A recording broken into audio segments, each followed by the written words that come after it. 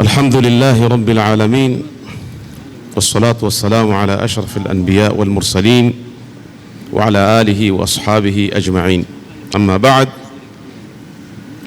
شكرا sana ndugu zangu wasimamizi wa Al-Firdaus kunialika kwenye kongamano hili kwa mara ya pili la Tamea Awards 2026.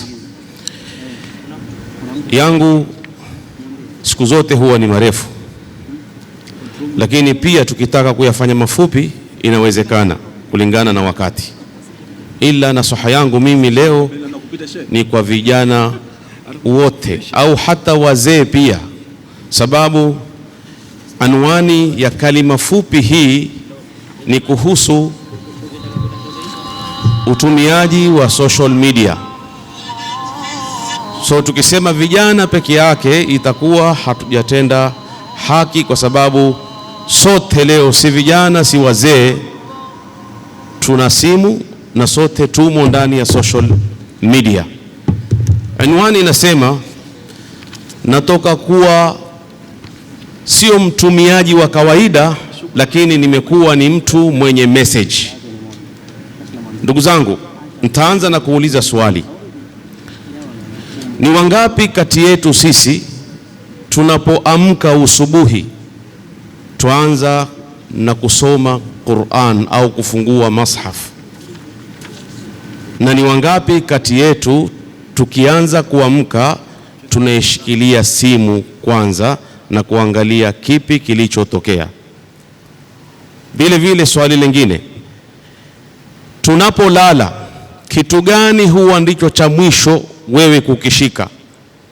Je, ni kitabu Riyadhus Salihin au kitabu cha adhkar au labda wasoma suratul Mulk, au mwisho pia huwa ni vile vile simu zetu za mkononi na kuangalia kipi ambacho kitakupa tabasamu ya mwisho au chochote kinachofurahika moyo wako? Baada ya hapo ulale, na alhamdulillah kwa yoyote ambaye hasahau kusema la ilaha illa Allah hapo anapolala.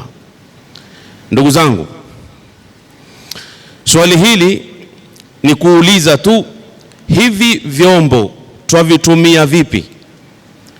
Sisi twavitumia au hivi vyombo vatutumia? Hii swali kila mmoja wetu hii jawabu atakuwa yupo nayo.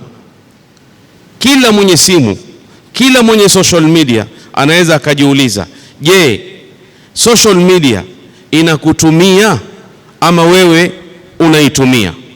Siwezi kusema wala sitaki kusema kuwa acheni social media, tokeni kwa TikTok, tokeni kwa Instagram au futeni, sababu maneno haya wako wengi wanaoyazungumza, lakini sote tunafahamu kwamba haya maneno ghair waqi, hayamo kwenye uhalisia. Lakini suali la kikweli, risala yako na meseji yako ni ipi kwenye ulimwengu huu wa namba? Hapo zamani watu walikuwa wakitaka kuathiri, husema tunataka na sisi tushiriki kwenye gazeti, wengine tushiriki kwenye mimbar, wengine tushiriki kwenye redio. Lakini alhamdulillah kwa ulimwengu wa leo kila mmoja ana mimbari yake mkononi mwake. Kila mmoja leo ana mimbari yake mkononi mwake ambao ni simu yako. Je, simu yako itakuwa ni sababu ya kuongoka watu na kuwatoa watu kwenye stress na kumpa mtu tabasamu, au simu yako itakuwa ni sababu ya kupandisha watu shahwa na kuwafanya wakazini na kuwafanya waangalie machafu? Na yote mawili hayo yana athari yake, na pengine huenda usione athari hapa, lakini pale utakapofufuliwa kesho siku ya kiyama usikilize Mwenyezi Mungu aliyotuambia, kuna watu watabeba dhambi zao na madhambi ya wale waliowafuata. Kumbe ile yale uliokuwa ukiyapost kwenye social media yako, ndugu yangu, malipo utakaolipwa sio yako peke yake, ni kwa idadi ya wale waliokuwa ukiwafurahikia. Kila ukiangalia, alhamdulillah viewers wameongezeka, likes zangu zimekuwa nyingi. Sasa ikiwa viewers zimefikia milioni 1, basi ni hiyo dhambi moja uliyofanya ifanye mara milioni 1. Sijui jahannam ipi na chini kiasi gani utapelekwa na Allah subhanahu wa ta'ala bila wewe kujua, kumbe ni yale yaliokuwa yakitekelezwa na mikono yako mwenyewe. Lakini pia tusisahau kwamba inawezekana kuwa yale uliokuwa ukiposti ikakupandisha daraja kubwa mbele ya Allah subhanahu wa ta'ala, jambo ambalo hukulitarajia. Labda uliposti kitu, maneno hayazidi dakika 1 au nusu dakika, kumbe umemtoa mtu kwenye dhiki, umemfurahisha aliyekuwa na hasira au aliyekuwa na huzuni, au umemtoa mtu kwenye tabu, umemfundisha mtu neno la Mungu au mafundisho ya Mtume sallallahu alaihi wasallam. Pengine wewe umesahau, lakini kwenye hesabu ya Mungu hakuna kinachosahulika. Ukaambiwa haya peponi, sababu ya hii ulichoeka kwenye TikTok yako kimesababisha watu milioni 1 kuathirika. Kwa hivyo unapandishwa daraja sababu ya ile clip. Ndugu yangu, si lazima leo uwe mashuhuri, yatosha Mungu akujue, lakini unaweza kuwa mkweli katika kazi unaofanya ambayo ina hatari ndani yake na ina manufaa ndani yake. Wewe ukawa ni mkweli kwenye kazi yako na ukaleta manufaa kwa jamii ya kumfundisha mtu, ya kumfurahisha mtu na mengineo mengi ambayo yanamridhisha Allah subhanahu wa ta'ala. Namaliza, ila nataka niwape fikra 3. Fikra ya kwanza, ukitaka kuposti chochote na uko simu yako mkononi, jiulize unachotaka kukiposti. Je, hili ninalolifanya sahihi, hiki nitakachokukiweka saa hizi kinamridhisha Allah? Jambo la kwanza. Je, kinanufaisha watu? Je, kitanifurahisha mimi nikikiona hiki kwenye mizani ya mema yangu au mizani yangu kesho yaumul qiyama? Fikra ya pili, usiseme mimi siwezi kuathiri. Falkalima tayyiba, neno zuri, hujui neno hili litamfikia nani. Kwenye chumba chako umepost, kimeathiri watu dunia nzima, na ikiwa nia yako ni njema, Mungu neno lako atalifikisha kila mahali ili wewe upate ajr na thawabu. Na fikra ya mwisho, jalia na wewe uwe na mchango kupitia social media.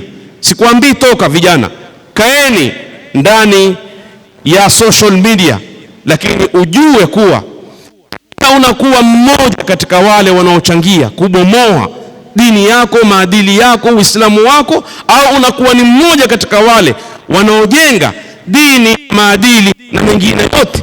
Na yote mawili yana gharama zake na yana natija yake. Ukiwa uko upande wa kulia, Mwenyezi Mungu atashukuru matendo yako na atakuweka pamoja na watu wema, na ikiwa uko upande wa kushoto wa ufisadi na uharibifu bila ya kujali, kinachokusubiri ni moto wa jahannam. Hivyo ingieni na risala, shirikini katika jambo hili, lakini kwa kima.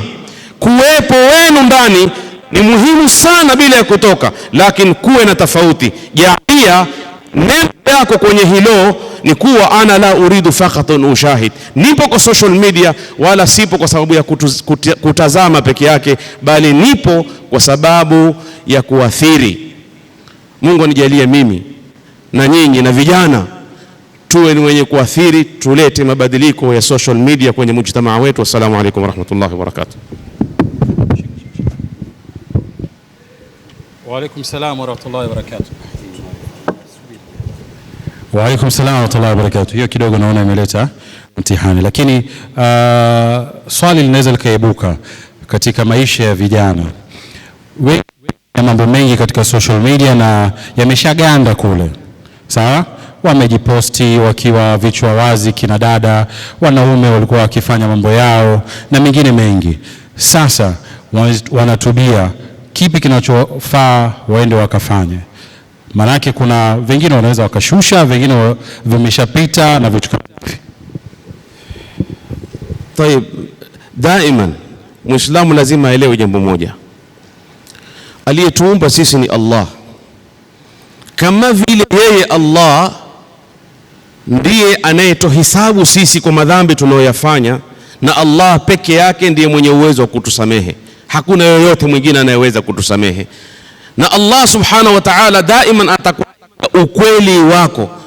Kama wewe ni mkweli kwenye kurudi kwako kwa Allah, na ukajitahid yale mabaya uliyoyapost kuweza kufuta kiasi ulichoweza, basi na yale mengine usiyoyaweza, kama wewe ni mkweli, Mwenyezi Mungu atakusamehe. Innamal a'malu binniyat. Kwa hivyo bado njia ya toba ipo wazi. Wale dada zetu wote, kaka zetu wote ambao wahisi hapo mwanzo waliposti vitu vibaya, kile mnachoweza kukifuta futeni, msichokiweza Mwenyezi Mungu atawasamehe, sababu ameangalia nyoyo zenu na amewaona kuwa nyinyi ni wakweli kwenye hilo. Mwisho, vijana hufanya haya yote mara nyingi kutafuta umashuhuri. Taka Mungu akujue. Hamna faida ya kujulikaniwa na wanadamu kwa mabaya. Taka ujulikaniwe kwa mazuri. Sio sharti. Kuna watu watakuwa mstari wa mbele kwenda janna, na wallahi hakuna anayewajua. Allah amewatambua, na kutambulikaniwa na Allah inatosha, hata kama wanadamu wote hawakujui. Na wacha wakujue wote, mamilioni ya duniani, ukijitokeza tu wewe dunia nzima inakujua. Lakini inakujua vipi kama Mungu hakutambui? Jahannam.